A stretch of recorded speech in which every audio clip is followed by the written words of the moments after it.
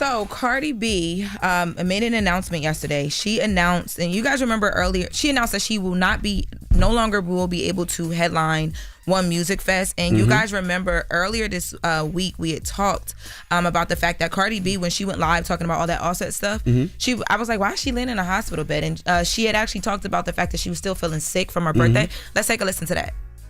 I don't know if I want to go to a hospital or do I got to go to like an urgent care or something, because I have not been right like ever since that birthday party. First thing first, after the birthday party, I was throwing up for 2 days straight. I've been having a headache ever since, and my headache has not been going away. Like, I've been drinking like 6 Excederins a day. My prescribed headache medications have not been able to do nothing, and I cannot keep no food down. I don't know if I have liquor poisoning or something, but it's like my stomach is flat as I cannot put my faja on because my stomach feels very up. Like, I got the crazy runs. Like, I don't know. Yeah, so I'm not 100% for sure that, all of that and the crazy runs are the reason why. But Cardi did announce yesterday that she will no longer be able to do One Music Fest. She said, I'm so sad to share this news, but I've been in the hospital recovering from a medical emergency the last couple of days, and I won't be able to perform at One Music Fest. It breaks my heart that I won't get to see my fans this weekend.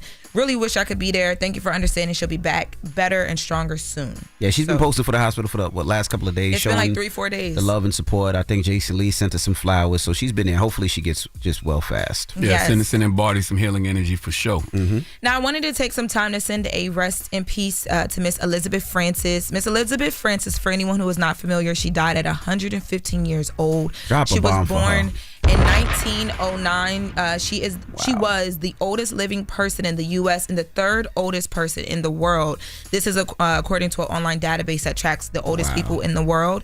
And there has been every single year on her birthday, they do a big birthday party for her. She interviews. Yep.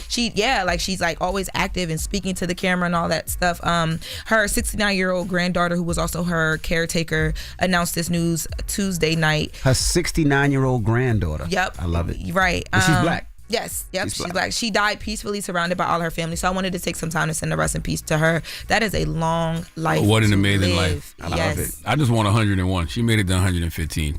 Okay. God bless her. How many was she like at great grandkids? I wonder, because if her granddaughter was 69, she might be great. That's amazing. The generations that follow her is like it's decades and decades. Like you and decades really and know decades your and great grandma, which is crazy. I love it. Great grandma was great. She's probably maybe a great grandmother. No, if her granddaughter's 69, that means her great granddaughter's probably in what 40s. Okay. And then you think she got so the granddaughter got kids too? Yeah, great granddaughter got kids too. So great, probably great. Maybe. Yeah. So she had 3 grandchildren at the time of her death, and she has 4 great grandchildren. But I don't know if she has great. I would have to Google grandchildren, then great. Then I'll have to go great, then great.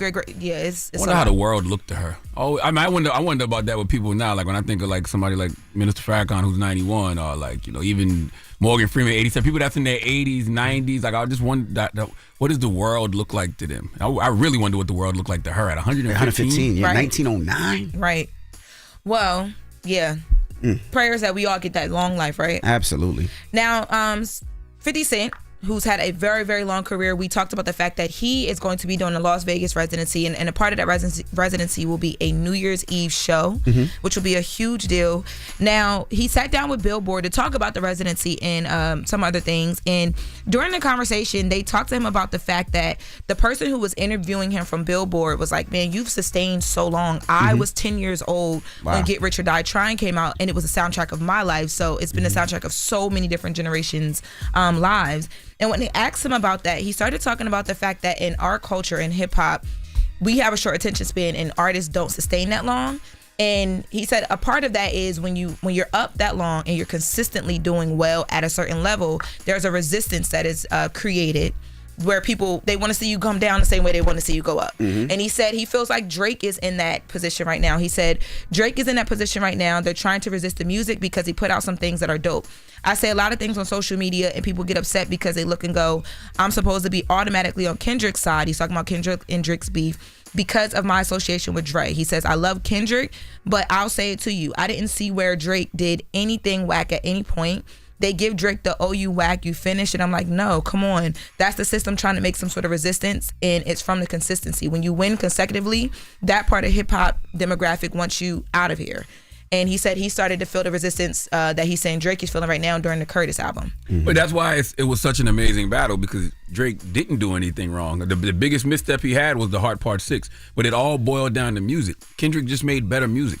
That's really what it was about. Kendrick was a better rapper. Kendrick made better songs. That's it. That's why he won the battle. You be seeing them make. They try to make it seem like Drake's career is over. No, Drake's career is not. I don't agree that it is either, but I do see that conversation as a thing, which I think is crazy. But that happens to everybody. There's not one artist who was red hot. Drake just had a longer run than most people. But after a while, there is fatigue on your music. And by the way, salute to 50. But let's also factor in that 50 diversified his portfolio. People don't love 50 necessarily for the music no more. We know he got classics, but right now people love 50 because of what he's doing in the TV world and Hollywood. That's true. But 50 was, and I always say this about Fifth was always personable with artists and with people. Mm-hmm. Like he reached out to the younger artists, whether it was Soulja Boy, whether it was DaBaby. They whether talk it about was, him and Pop Smoke in this article too. Pop Smoke as well. And even when 50 does these concerts, if you look at when 50 does these festivals, most of those people are his friends. Yeah. He doesn't have to say, oh, I need this person. Like, even with comedians and, like, these people are his friends. And that's also because 50 has a great personality. He does.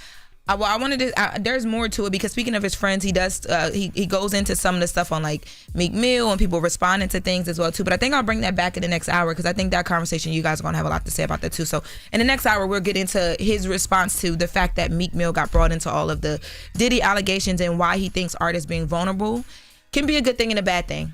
I just want to hit. I want to hit 50 and artists like Snoop and all of those guys. Speak to these people about diversifying your portfolio. Oh, there's that in here too. He talks about that too. When people don't love you for your music no more, what are they going to love you for? You can always pivot. That's what right. I'm saying. And he's pivoted amazingly. And if you haven't got your tickets, get your tickets for his residency in Vegas. He's putting on a hell of a show, and you're gonna want to see it. It's only 16 shows, I think, or 15 shows. He said he's gonna change it up each time. Yes. He's gonna do. We gonna listen. We got another hour. We're gonna get to it. I'm gonna do a little bit more 50 before we go to anything else because there was some good stuff in this Billboard article. Yeah, I'm gonna go to his New Year's Eve show out in Vegas. I'm gonna go support the brother. Queens, get the money.